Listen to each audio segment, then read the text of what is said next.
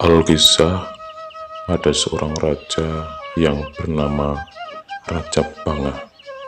Beliau merupakan saudara dari Raden Sesuru yang menjadi raja di negeri Galuh.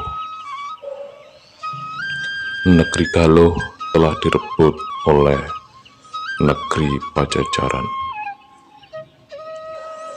Karena negerinya telah direbut oleh Raja Pajajaran, maka Raden Sesuru pun melarikan diri ke sebuah desa yang bernama Desa Majapahit untuk menemui adiknya. Setelah Raden Sesuru dan Raja Bangah bertemu dan menceritakan musibah yang telah dialami, yaitu negerinya telah direbut oleh Raja Pajajaran, maka mereka pun berunding untuk menyerang dan merebut kembali kerajaan yang telah direbut oleh Raja Pajajaran. Setelah mengatur strategi teknik penyerangan, maka terjadilah waktunya untuk menyerang negeri Pajajaran, dan mereka pun membawa banyak pasukan untuk menyerang negeri Pajajaran. Kemudian mereka menyerang dan terjadi peperangan di negeri Pajajaran. Peperangan yang begitu sengit, yang banyak memakan korban, dan dimenangkan oleh Raden Sesuru.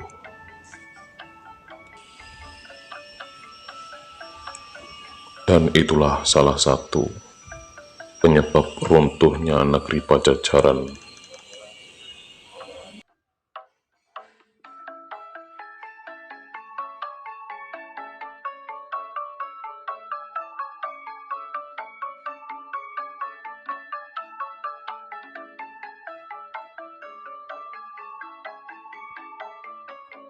Kemudian setelah negeri Pajajaran runtuh, Raden Sesuru menjadi raja di negeri Majapahit.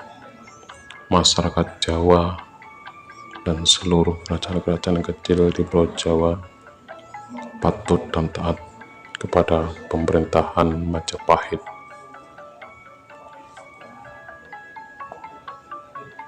Arya Banggah pun berganti nama menjadi Arya Panular. Ki Wira diangkat kedudukannya menjadi Perdana Menteri dan bergelar Patih Wahan. Sementara Ki Bandar serta Ki Nambi dijadikan menteri pula. Ki Wira diangkat kedudukannya menjadi Patih dan bergelar Patih Wahan.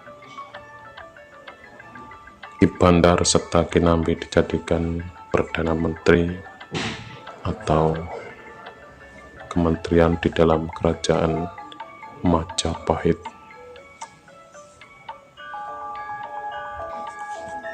Hari pun berganti hari, bulan pun berganti bulan, dan tahun pun berganti tahun. Dan Raja Majapahit pun mempunyai seorang putra yang bernama Prabu Anom, dan Patih Wahan pun juga berputra bernama Udara. Beliau menjadi adipati di Kediri. Setelah mangkat Prabu Sesulu diganti putranya yang menjadi patih tetap Ki Wahan. Suatu hari sang raja penguasa baru punya niat mau berburu di hutan. Patih Wahan tidak setuju, sebab baru saja menjadi raja. Para abdi belum bersujud semua. Persepsi sang raja, Ki Patih hanya menghalang-halangi niatnya saja. membuat ia marah dan murka besar, lalu masuk ke dalam istana. Ujung Sabata adalah seorang abdi sang raja. Dia sebagai pemimpin abdi Kajineman atau penjaga pasukan, dan dia diberi wewenang keluar masuk ke dalam istana. Ujung Sabata pun mengetahui bahwa raja sedang kesal dan marah karena kehendaknya dihalang-halangi oleh Ki Patih. Ia lalu menghadap Sang Prabu. Banyak sekali usahanya untuk memanas-manasi Sang Prabu, semakin membuat sang raja marah sampai memerintahkan Ujung Sabata supaya menculik Patih Wahana. Ia dipinjami pusaka keris bernama Kiai Jangkung Pacar. Ujung Sabata segera melaksanakan perintah. Patih Wahana tewas dihabisi di rumahnya sendiri, dan istri serta anaknya diambil dan dibawa ke dalam istana. Sepeninggalnya Patih Wahana, sang raja pun melanjutkan niatnya untuk berburu ke dalam hutan dengan permaisurinya yang diikuti oleh para abdinya. Begitu asiknya berburu, sang raja pun sampai terpisah dengan abdi dalam. Kematian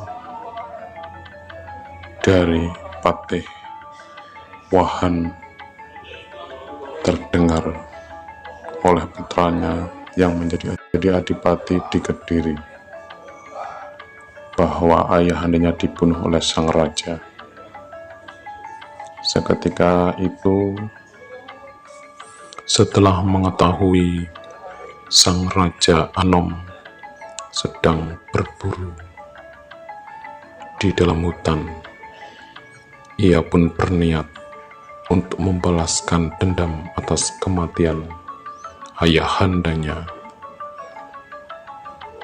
Ini adalah kesempatan emas dan jangan disia-siakan. Kemudian ia mengambil seekor kuda dan menaiki kuda tersebut sambil membawa tombak untuk mencari sang raja Anom di dalam hutan. Usaha mencari sang raja di dalam hutan pun berhasil. Ia berjumpa dengan sang raja yang sedang sendirian. Kemudian sang raja pun diserang dan terjadi perkelahian hebat di tengah hutan antara keduanya. Tak selang lama, raja pun ditusuk sampai tewas. Setelah kematian Prabu Anom, tahta kerajaan Majapahit kemudian digantikan oleh putranya yang bernama Adiningkung. Prabu Adiningkung berputra Hayang Wuruk. Hayang Wuruk berputra Lembu Amisani yang patihnya bernama Deming Ngular. Lembu Amisani berputra Bratanjung. Bratanjung berputra Raden Alit. Setelah menjadi raja di Majapahit, Raden Alit bergelar Brawijaya dan patihnya bernama Gajah Mada.